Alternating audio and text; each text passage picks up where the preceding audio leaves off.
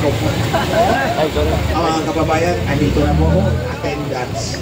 Attendance, check. Ang una natin pag-usapan ay yung hilas na palaka sa Malacanang. Narinig mo yung sinabi ko? Dati? Ano sa veterans? Opo! Ulitin ulit natin. Ayun! Nandun kami sa kanilang bahay sa Nara Street, South Forbes Park. Isang gabi. Nag-dinner. Tapos kinalabit niya ako. Tara na, mag-yosi na tayo. Kasi kaming dalawa lang nag-yosi sa 8 tao na yan. Yung mag-asawang si Bangag at si Grand Pusher. At yung 3 kasama ko at 3 kami. Pero kung nasa gilid ako palagi ni Grand Pusher, may hilas na palaka. Kasi nga, kaming dalawa lang ang nag-yosi. Tapos ito, sabi niya, sabi niya, pag ayaw sumunod ni Bongit sa akin, ayokong paiyot sa kanya. Bangag talaga. Lisa, nakita mo yung sarili mo? Pinakita mo sa buong mundo kung gaano kakapangag. And you don't deserve.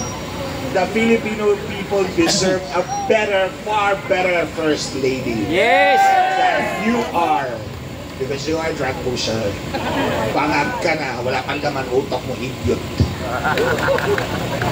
You see, mga kababayan, hinahamon ko itong 2 mag-asawa. Dahil, sabi ni Bangag Marcos Jr., pinapalagan niya yung sinabi ni Inday Sara. Bakit kayo, hindi kayo pumalag sa akin?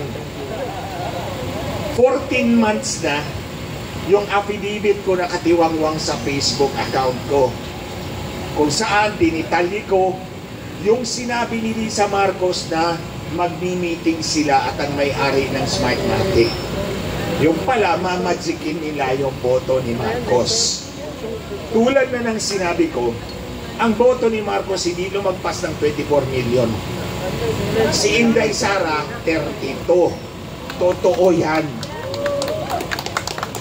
Pero magmumukha siyang kulelat kung 24 lang siya. So dinagdagan nila para umangat, naging 31.8 million. Dumikit kay Inday Sara, di ba? Pero kung magdadagdag ka, magbabawas ka sa ibang kandidato. Kasi hindi pwedeng magdagdag ng magdagdag kasi may total number of registered voter. Ito yung limit eh. Kung magdagdag ka ng magdagdag, lalagpas ka eh, mahuhuli ka. So ang ginawa, kawatan talaga to si Marcos. Kumuha ka doon sa ibang kandidato para idagdag doon sa boto mo. Malamang si Leni Robredo din ang dinaya niya. So, nakabawi na siya. At ito, mga kababayan, and I address this to the military. Sabi ninyo, o sabi ng boss ninyo, the military remains loyal to the Constitution. So ito ngayon ang aking hamon sa inyo. Patunayan nyo na ang loyalty ninyo ay sa Konstitusyon mismo. Ano bang nakasad sa Konstitusyon? Ang Konstitusyon ay para sa kapakanan at sa interes ng taong bayan. Ang isang mandaraya ng boto ay namimiki ng kanyang mandato. Wala yan sa Konstitusyon. Labag yan sa Konstitusyon. So ngayon, sino ang pinoprotektahan ninyo? Hindi ang Konstitusyon, kundi si Marcos. Kaya nga, ang sabi ko sa military, sa inyo, manawagan na kayong bumaba si Marcos sa pwesto. Because Marcos is an anathema to the Constitution of the Republic of the Philippines. Tinadaya niya yung eleksyon, minamanipula ang Korte Suprema. Ito, hindi ito chismis ha, hindi ito marites. Hindi ito teorya, hindi ito opinion, personal kong karanasan to. Kasi ako ang inatasan ni Lisa Marcos. Oh, kaya na hindi makapalag-palag yung 2 drug addict eh. Kaya nahamon ko ulit itong drug addict na si Marcos Jr. At ito si drug pusher na si Lisa Marcos na hilas na palaka. Pumalag kayo sa akin. Pinalag niyo si Inday Sara, pumalag nga kayo sa akin, tingnan natin. Harapin niyo ako. O sige. Magharapan nga tayo, Marcos Jr., Lisa Marcos at ako sa harap ng taong bayan. Sige nga, hamon ko yan sa inyo ngayon. Hinahamon ko yung impostor na presidente ko noon ng Pilipinas at yung asawa niyang drug pusher. Sige, magharapan tayo sa harap ng taong bayan at pag-usapan natin yung pagpanipula sa Korte Suprema na ang cohort mo ay si executive slave. Matawag ko sa kanya executive slave. Yun yung kanyang conspirator sa pagmanipula sa Korte Suprema. Sige, tingnan natin. Itong ginagawa nila kay Inday Sara is plain and simple oppression. Hindi, kung kaya nilang gawin yan kay Inday Sara, kaya nilang gawin yan sa inyong lahat. Sa ating lahat. Pero lang ako, kasi bumalaban talaga ako. Hindi ako magpapatalo sa dalawang drug addict. I'm better than that. Mabuhay si Cristo! Kasi dalawang drug addict, nandito lang sa akin at harapan. Pinakumpok ko na yung dalawang ulo nila para magising sila sa katotohanan. Pero more than that, mga kababayan, Marcos has no right to office. Hindi pwede na yung mandaraya ay magpatuloy sa kapangyarihan. Kasi hindi lang ikaw o ako ang dinaya ko, ni lahat tayo. At mantakin nyo, yung mandaraya ang nag-a-appoint ng Chief PNP, ng Chief of Staff ng AFP. At yun ang ginagamit niya na para bang private army para supilin ang taong bayan. Para apihin ang lehitimong halal na Vice President of the Philippines, tayong lahat. Mataas ang presyo ng bilhin. Ano ba ginawa ni Marcos? Sinalan tayo ng bagyo. Ano bang sabi niya? Ano gagawin natin? Pangag talaga. Kaya ito yung mensahe ko sa inyo, mga kababayan. Ito baka sana dumami pa tayo. We cannot afford to be fence-sitters. We have to come out, punuin natin yung kalsada, lumaban tayo para sa kinabukasan ng ating mga anak at mga apo. Ito mga batang to, they cannot speak for themselves today. It's for you and for me to stand up and fight. Because when we win the future for everybody. I-reserve ko na lang yung iba kong sasabihin bukas ulit. Kasi araw-araw ako nandito. Araw-araw ako nandito. Basta I will be here, I will be with you. We will fight together, we will win together by God's grace and power.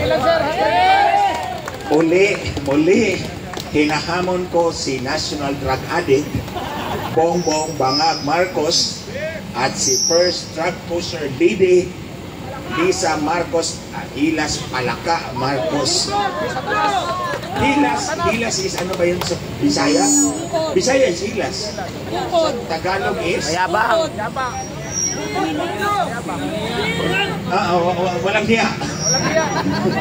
Walang hiya. Hilas, Lisa, parang baligtad lang, di ba? Si Lisa, Hilas Palaka Marcos. Hinahamon ko kayong dalawa dito.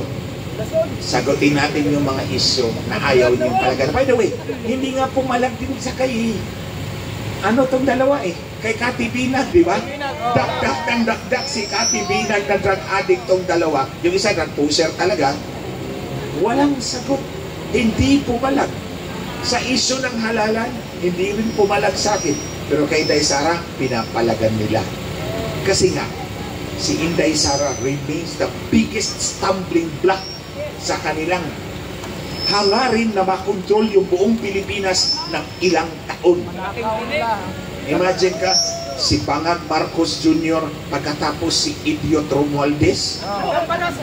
Talaga, hindi ko natawagin niya, idiot talaga yan Pasensya na ha, pero prangka ako magsalita.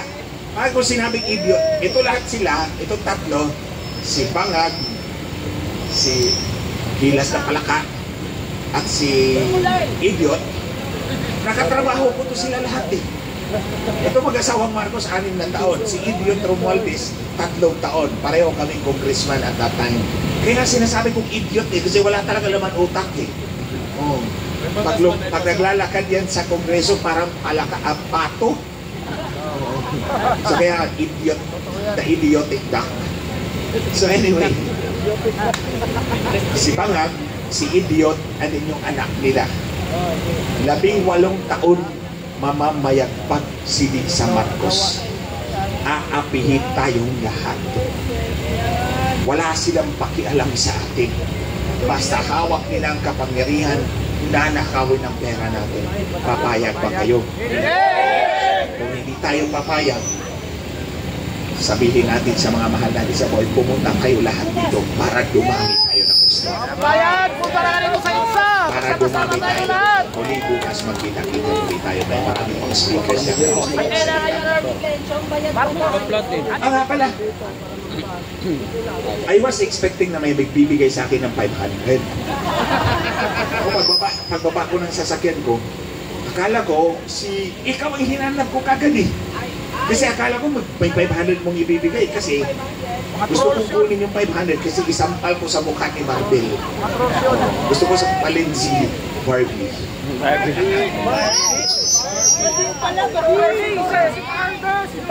Anyway, TV5 sir, ang haras pa dito sir, TV5, ang haras dito TV5.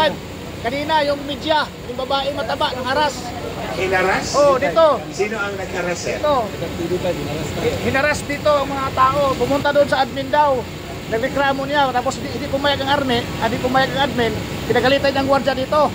Ayaw sa TV5? Oo. Salbahe yung babae na yun. Anong karapatan meron siya? Kaya sana ro, talaga akong TV5. Yung babae mataba pumunta dito. Babalikin yung bukas. Oo. Tsaka huwag tayong magpa-intimidate sa kapulisan ha? Salbahe yun. Huwag tayong magpa-intimidate sa kapulisan kung gagamitin nila yung kanilang kapangyarihan. Meron tayong karapatan na lumaban kung tayo aapihin. Tama. Konstitusyonal yan. Oh, tayo nasa konstitusyon. Si Marcos nandun sa kabilang side. Illegal ang konstitusyon. So huwag kayong matakot sa mga polis kung tatakutin tayo. Sabihin nyo, nasa nga ba yung portalit natin? Hindi nila pinahintulutan, di ba? Sir, hindi sir. Walang permit. Hinanapan ng permit sir. Ito yung simbahan, di ba?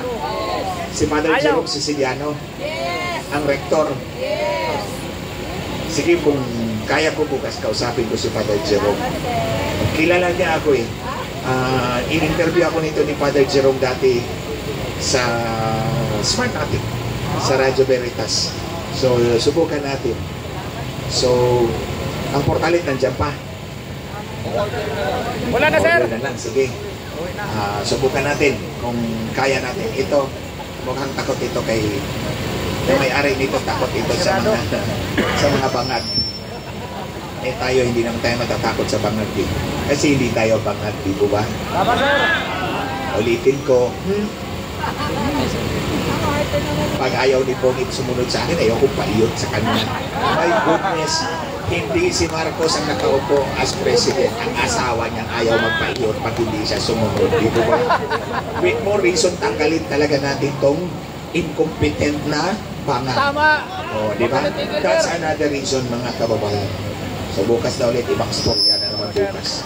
Pero yung iyot, ulit-ulitin ko pa rin.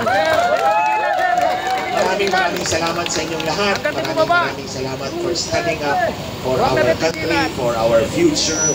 Lahat naman tayo mabibiyayaan. Gadun, si Gadun. Thank you, Kuya JM. Thank you, Maui. Ang 500 tayo dito. Gadun ka pa Kasi ng mukha isang mo. kay Marvel. Magdamay ka pa ng animal ka. Okay, anyway guys, thank you very much. Kita-kita tayo muli bukas. Sana mas marami pa tayo bukas. Attorney. Salamat.